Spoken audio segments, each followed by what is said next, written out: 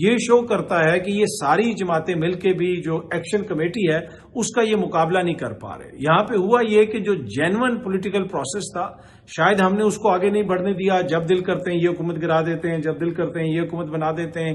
P T I کو ختم کر دیا, نون لیگ بنا دی, نون لیگ کو ہٹا دیا, پیپلز پارٹی بنا دی.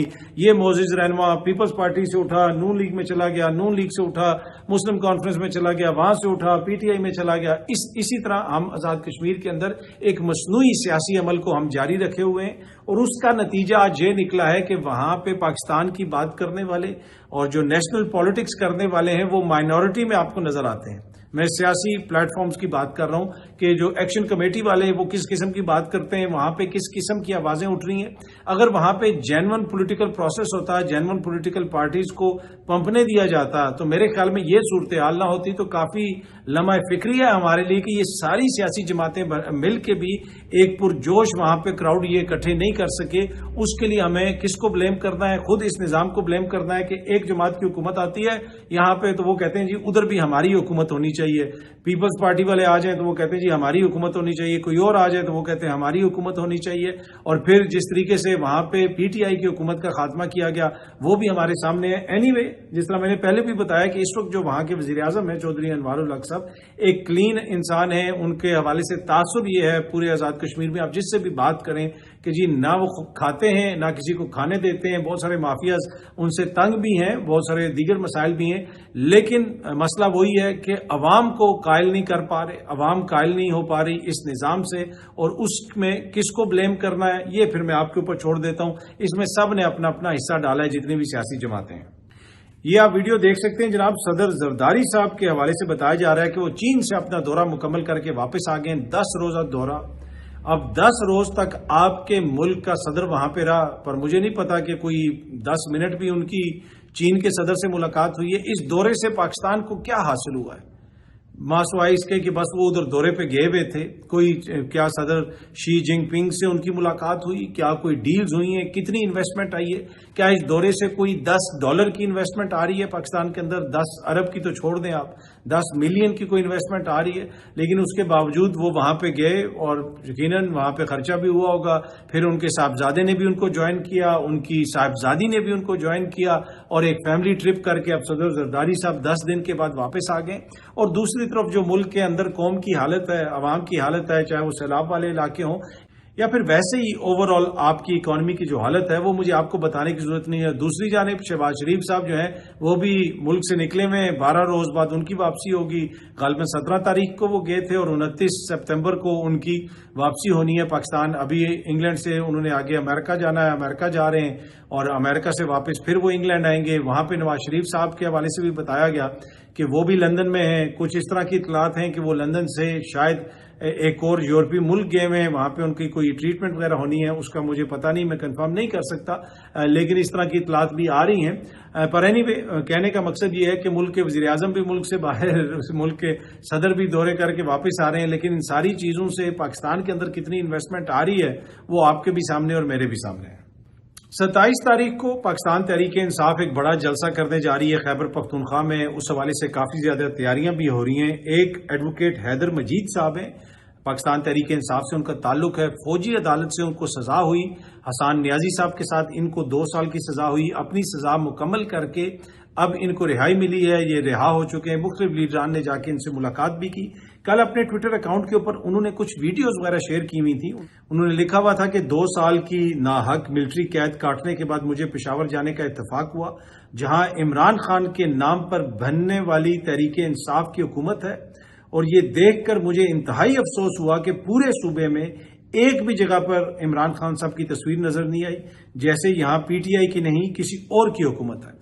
یہ ایک بڑا امپورٹنٹ وہ کوشچن کر رہے ہیں کہ خیبر پختونخوا کے اندر حکومت پوسٹرز نہ لگائے. یہ سارے جو بڑے بڑے رہنما ہیں ان سب کا تعلق خیبر پختونخوا سے ہے. کوئی مردان سے ہے, کوئی پشاور سے ہے, کوئی بنو سے ہے, کوئی بنیر سے ہے, کوئی سوات سے ہے. کیا یہ سارے عمران خان صاحب کی تصاویر نہیں لگا سکتے؟ دیکھیں اس وقت جو ماحول ہے ملک کا, جس طریقے سے پاکستان تحریک انصاف سیاست کر رہی ہے, خان صاحب کا جو بیانیہ ہے, خان صاحب کے تو پوسٹرز پورے خیبر پختونخوا میں ہر جگہ پہ لگے ہونے چاہیے. ان کی جماعت کے لوگوں کو لگانے چاہیے. میں قطعاً یہ نہیں کہہ رہا کہ جی ان کی حکومت لگائے, حکومت نے تو نہیں خرچہ کرنا نا عوامی پیسہ. لیکن جو کوشچن حیدر مجید صاحب اٹھا رہے ہیں وہ بڑا امپورٹنٹ کوشچن ہے کہ آپ کو خیبر پختونخوا چلے جائیں آپ کو عمران خان صاحب کی کوئی تصویر نظر نہیں آتی. یہ علی امین صاحب کہتے ہیں جی میں نے اتنا کروڑ جو ہے وکیلوں کو دے دیا تو اتنا ادھر ہو گیا. یقیناً دیا ہوگا, دیگر جگہوں پہ بھی ان کے خرچے ہوتے ہوں گے, لیکن پوسٹر لگوانے پہ کیا خرچے؟ ان کو تو ہر جگہ پہ جہاں پہ عمران خان صاحب کی تصویر سے کسی کو ایشو ہوتا ہو, ان کو تو ہر جگہ پہ ان کی تصویر لگانی چاہیے. جو ہی جہاں گورنر صاحب کے ہاؤس کے سامنے لگانی چاہیے, جو وفاق کا نمائندہ ہے فیصل کریم کنڈی صاحب, یا پھر جو ہے جب بھی کوئی وفاقی حکومت کے وزراء ہیں تو وہاں پہ ان کو بڑے بڑے پوسٹرز لگانے چاہیے. لیکن حیدر مجید صاحب یہ حیرت کا اظہار کر رہے ہیں کہ خیبر پختونخوا میں پاکستان تحریک انصاف کی حکومت ہے, کوئی ان کو منع نہیں کر رہا. یہاں پہ کہنے کا مقصد یہ ہے کہ آپ پنجاب میں کہتے ہیں جی کوئی تصویر نہیں لگانے دیتا, کوئی جلسہ نہیں کرنے دیتا, کوئی جلوس نہیں نکالنے دیتا, تو بھائی خیبر پختونخوا میں تو آپ کو کوئی نہیں روکتا. یہ سارے لیڈران کا تعلق بھی خیبر پختونخوا سے ہے, جنہوں نے بغیر اپنے حلقوں کے وزٹ کیے ہوئے الیکشن بھی جیتے ہوئے ہیں, سب ماشاءاللہ افورڈ بھی کر سکتے ہیں. تو لگوائیں بڑے بڑے پوسٹرز عمران خان صاحب کے ساتھ, چھوٹے چھوٹے اپنی تصویریں بھی لگوا دیں, اور اس طرح کی کوئی تصویر کوئی پوسٹر عمران خان صاحب کے خیبر پختونخوا میں آپ کو نظر نہیں آتے. آپ امیجن کریں نا, آپ جس طرح کے ماحول کے اندر ہیں اور جس طرح عمران خان صاحب کا اس وقت بیانیہ ہے, اور جس طرح وفاق کے ساتھ ایک طرح سے آپ کی ٹسل ہے, وفاق کے اندر حالت یہ ہے کہ عمران خان صاحب کی تصویر کسی ٹی وی چینل پہ نہیں آ سکتی. دیکھیں عمران خان صاحب کی تصویر جو ہے اس وقت وہ ریزسٹنس کا سمبل ہے, وہاں پہ نرگسیت والا معاملہ نہیں ہے.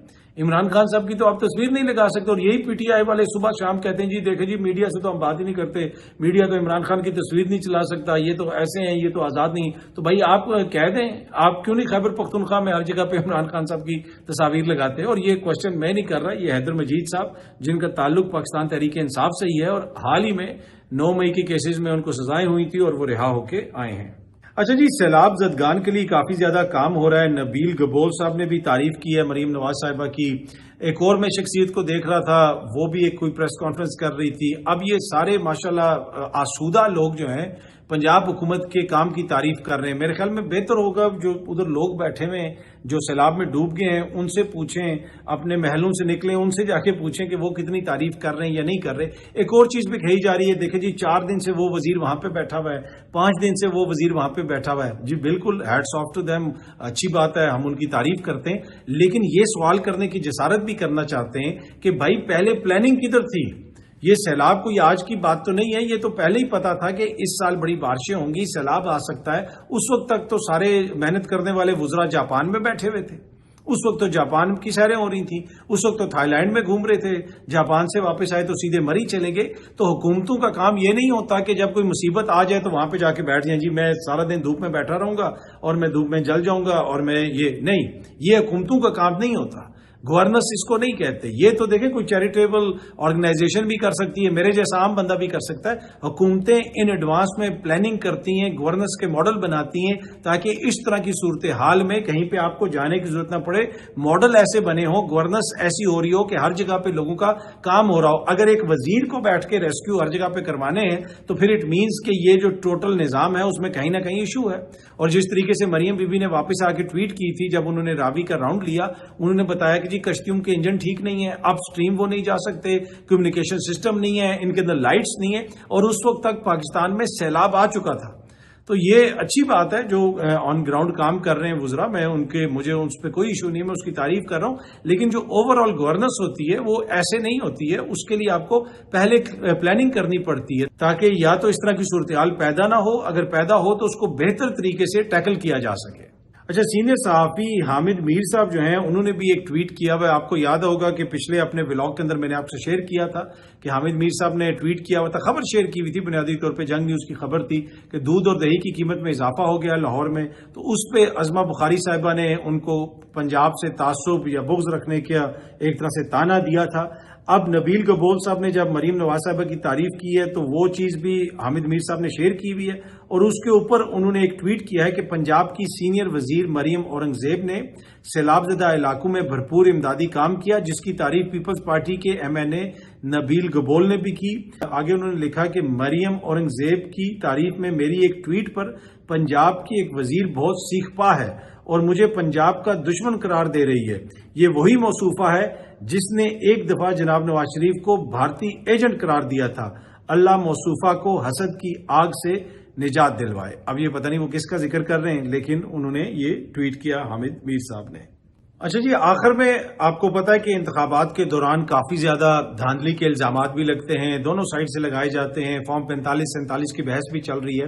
خیبر پختونخوا میں آلدو کہ پاکستان تحریک انصاف کی حکومت ہے، وہاں پہ بھی فارم 45-47 کا الزام لگا، پشاور کی اور اس کے آگے پیچھے کی کچھ سیٹوں کا ذکر ہوتا ہے۔ تیمور سلیم جھگڑا صاحب جو ہیں، ایک کریڈٹ ان کو جاتا ہے کہ ان کو ان کی جو شکست ہوئی انتخابات میں، وہ یہ کہتے ہیں کہ مبینہ طور پہ دھاندلی کی وجہ سے ہوئی، ان کو جان کے ہروایا گیا، اور وہ مسلسل اس کے اوپر بات بھی کر رہے ہیں۔ آج انہوں نے ایک پریس کانفرنس بھی کرنی ہے اور وہ معاملے کو اس حد تک لے آئیں کہ جہاں پہ اینٹی کرپشن خیبر پختونخوا نے اس کی تحقیقات شروع کر دی ہیں، اور بتایا یہ جا رہا ہے کہ الیکشن کمیشن نے ان تحقیقات کو روکنے کے لیے مبینہ طور پہ خط بھی لکھا ہے، اور اسی حوالے سے تیمور سلیم جھگڑا صاحب نے ٹویٹ بھی کی ہوئی ہے کہ وہ اس حوالے سے آج ایک پریس کانفرنس کریں گے۔ تو یہ جو دھاندلی والا معاملہ ہے اس کو لے کے چل رہے ہیں خیبر پختونخوا میں تیمور سلیم جھگڑا صاحب، جس کی وجہ سے آپ دیکھ رہے ہیں کہ مسلسل یہ ایشو الائیو ہے، اور اس میں سے کچھ نکلتا ہے یا نہیں نکلتا، لیکن جس حد تک چیزوں کو تیمور سلیم جھگڑا صاحب لے کے آ گئے ہیں، یہ کریڈٹ تو ان کو جاتا ہے۔ باقی مختلف جو ایریاز ہیں، مختلف حلقے ہیں پنجاب میں، دیگر جگہوں پہ، وہاں پہ ابھی بھی بہت ساری جو اپلیکیشنز ہیں وہ ساری پینڈنگ ہیں، یعنی کچھ اس میں سے فیصلے آ گئے ہیں، کچھ ابھی بھی پینڈنگ ہیں۔ اسلام آباد کے جو حلقے ہیں، آپ کو یاد ہوگا جب جسٹس جہانگیری صاحب کو ٹریبیونل کا سربراہ بنایا گیا تھا تو کتنی تیزی سے وہ حلقے چل رہے تھے، انہوں نے فارم 45 منگوا لیے تھے، اور پھر اس کے بعد وہ ساری قانون میں بھی پتہ تبدیلی ہو گئی، ریٹائرڈ جج لگا دیے گئے، جہانگیری صاحب کو ہٹا دیا گیا وہاں پہ، اور اسلام آباد کے حلقوں کی وہ جو معاملہ تھا چھان بین کا وہ بھی وہیں پہ رک گیا۔ اور بہت سارے حلقے تو ایسے ہیں پاکستان میں جہاں پہ ہارنے والے جو دیگر لوگ ہیں وہ بھی یہ کہتے ہیں کہ جناب جو جیتنے والا بندہ ہے وہ یہ نہیں جیتا، وہ تحریک انصاف کا کینڈیڈیٹ جیتا ہوا ہے۔ مصطفیٰ نواز کھوکھر صاحب نے الیکشن لڑا اسلام آباد سے، وہ بھی یہ کہتے ہیں کہ میں الیکشن ہارا ہوا ہوں، میرے حلقے میں نون لیگ سے وابستہ یا نون لیگ سے ہمدردی رکھنے والی شخصیت کو جتوا دیا گیا، لیکن اصل میں یہاں سے پی ٹی آئی جیتی ہوئی ہے۔ اور اسی قسم کی صورتحال بہت سارے دیگر حلقوں کے اندر بھی ہم دیکھتے ہیں پاکستان کے اندر، جہاں پہ کینڈیڈیٹس اس قسم کی گواہیاں دیتے ہوئے نظر آتے ہیں۔ اینی وے اب دیکھتے ہیں کہ تیمور سلیم جھگڑا صاحب کا جو حلقہ ہے اس کا معاملہ آگے کس طرف جاتا ہے۔ بہت جلدی آپ سب دوستوں سے دوبارہ ملاقات ہوگی۔ Thank you very much.